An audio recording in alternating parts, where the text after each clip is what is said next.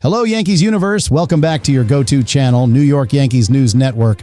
Today, we have 3 jam-packed updates about our Bronx Bombers, which happened or came to our notice just a few hours ago. So, if you are a true Yankees fan, you don't want to miss these updates. And yes, before we start the video, I request you, if you are new to the channel, then don't forget to like and subscribe so that you can stay in the loop for all the latest and greatest Yankees news.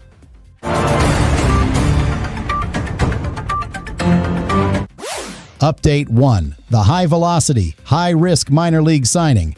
Yankees sign hard-throwing reliever Yerry Rodriguez to 2-year minor league deal amid Tommy John recovery. The Yankees have made a very interesting move to bolster their pitching depth, agreeing to a 2-year minor league contract with right-handed reliever Yerry Rodriguez. This is a crucial signing for the Yankees farm system, especially considering the circumstances surrounding Rodriguez, who is currently recovering from Tommy John surgery.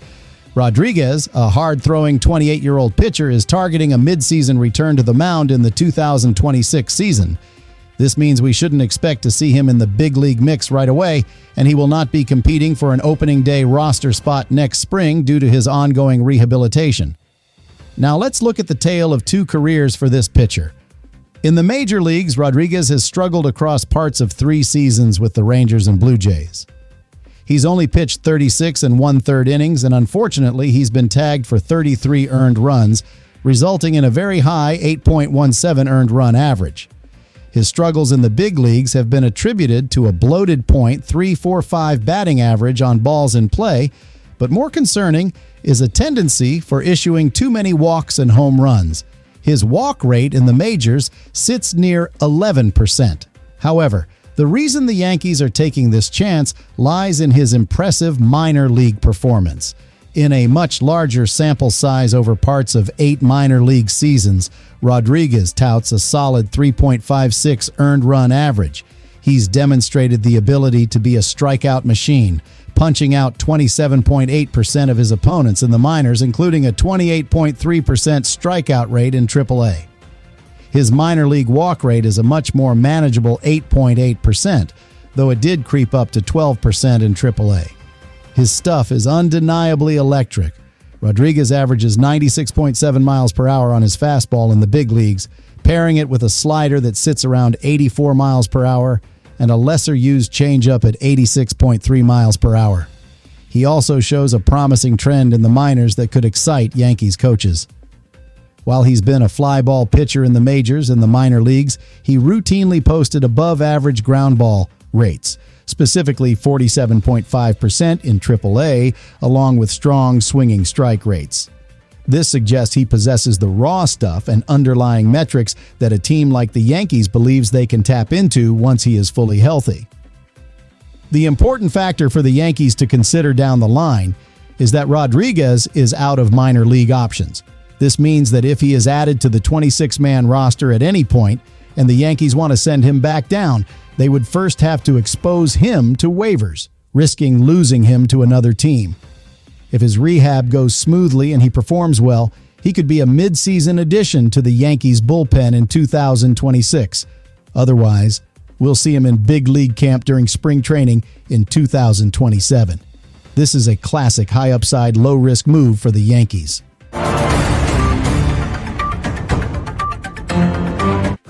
Update 2. The Japanese ace who wants to take down the Dodgers. Japanese ace Tatsuya Imai Snubs.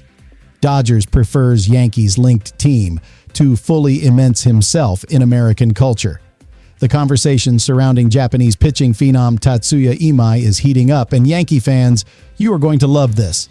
The Los Angeles Dodgers have been absolute masters at acquiring top-tier Japanese talent in recent years.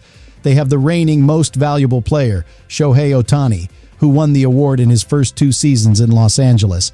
They also have World Series hero Yoshinobu Yamamoto and the incredible right-handed flamethrower Roki Sasaki.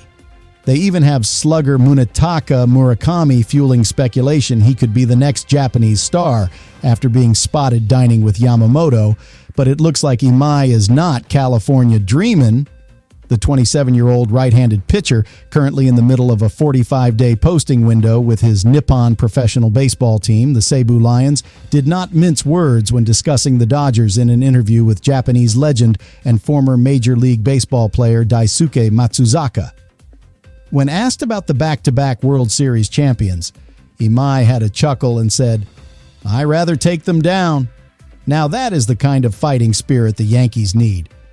He added that while he would enjoy playing alongside Ohtani, Yamamoto, and Sasaki, winning against a team like that and becoming a world champion would be the most valuable thing in my life. The Yankees' path opens up. What makes this news so exciting for the New York Yankees news network audience is his revelation about his suitor preference. Imai revealed he prefers joining a team that currently does not have a native Japanese player, as he is aiming for full immersion in the United States. Why?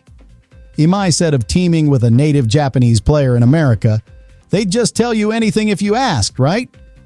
He continued, "I don't really want that. In a way, I want to experience that survival vibe, and facing cultural differences and figuring them out on my own is part of the fun." This is a massive boost for the Yankees, who haven't had a native Japanese player on their roster since Masahiro Tanaka, who last appeared for the team in 2020. This preference directly makes the Yankees a more appealing destination than the star-studded Dodgers. The Yankees are, in fact, reportedly one of several teams interested in Imai ahead of his posting window closing on January 2nd, 2026.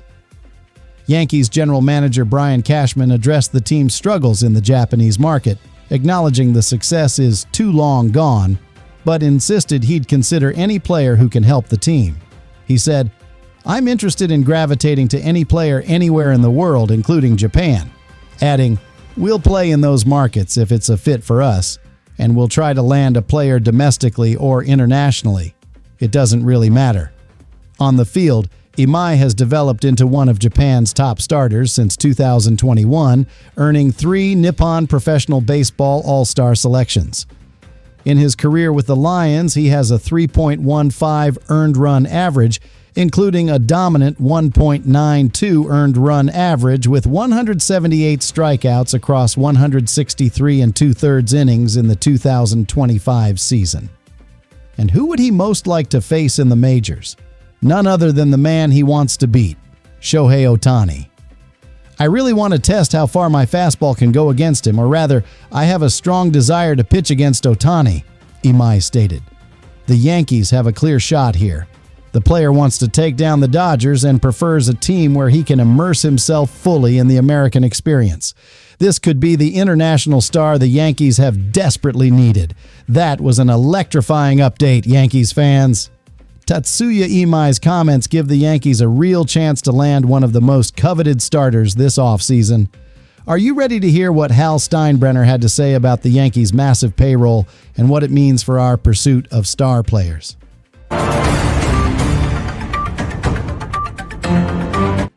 Update 3.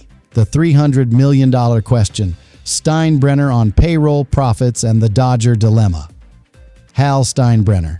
$300 million payroll is not fair to call unsustainable, but he doesn't believe spending guarantees a World Series. In his first public comments since February, Yankees owner Hal Steinbrenner directly addressed the elephant in the room, the team's massive payroll and the looming shadow of the Los Angeles Dodgers' dominance. This is a story every Yankees fan needs to hear. The Yankees finished last season with a payroll of $319 million, and guess what? They did not win the World Series. Steinbrenner has historically labeled a payroll of $300 million or more as unsustainable, but his tune is becoming more nuanced. Speaking on a Zoom call, the owner was clear. "Would it be ideal if I went down with the payroll? Of course," he said. "But does that mean that's going to happen? Of course not. We want to field a team we believe could win a championship." The financial tightrope. The issue is immediate. General Manager Brian Cashman is already working with a projected 2026 luxury tax payroll of roughly $278 million. And here is the key point for this offseason. If the Yankees are able to re-sign their top priority, Cody Bellinger, that number will vault to over $300 million without even making any other changes to the roster. Steinbrenner also provided fans with a rare glimpse into the franchise's true financial picture, directly disputing the suggestion that the Yankees made a profit this year despite reportedly raking in more than $700 million in revenues. He stated it was not fair to assume the Yankees were in the black, pointing out the immense expenses they face. He specifically mentioned a $100 million annual payment to the city of New York for Yankee Stadium, which they still had to pay even during the COVID year. He emphasized that nobody spends more on vital areas like player development, scouting, and performance science. This is Steinbrenner's defense of the organization's dedication to winning, even if it hasn't resulted in a championship in the last 16 years. The Dodger comparison, of course. The two-time defending World Series champion Dodgers, who have won 3 rings in the last 6 years, have seen their payroll surge past the rest of baseball, making this a tough pill for Yankees fans to swallow. Steinbrenner acknowledged that the potential of the Dodgers pulling away from the pack is of course a concern, but he fiercely refused to draw a direct line between the highest payroll and winning the Commissioner's Trophy.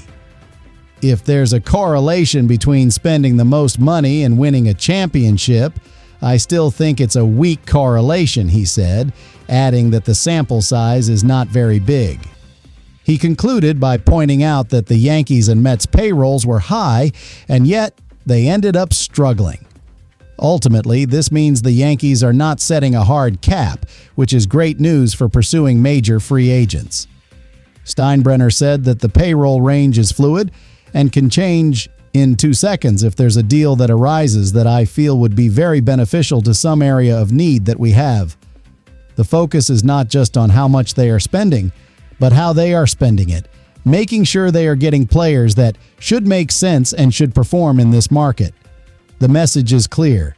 The Yankees have the resources and the intent to win, but they are going to spend smartly. Hopefully, this means the team can secure their top targets and finally bring World Series title number 28 back to the Bronx. That is all the major breaking news we have for you today, Yankees Universe. The offseason is officially heating up, and the decisions the Yankees make over the next few weeks will define the future of this team. What do you think, Yankees fans? Should the Yankees blow past the $300 million mark for Bellinger and Imai, or should they follow Steinbrenner's philosophy of smart spending? Let us know in the comments below. Don't forget to like this video, subscribe to the New York Yankees News Network, and turn on your notifications so you never miss a breaking update about our Bronx Bombers. Thank you for tuning in, and as always, go Yankees. We will see you next time.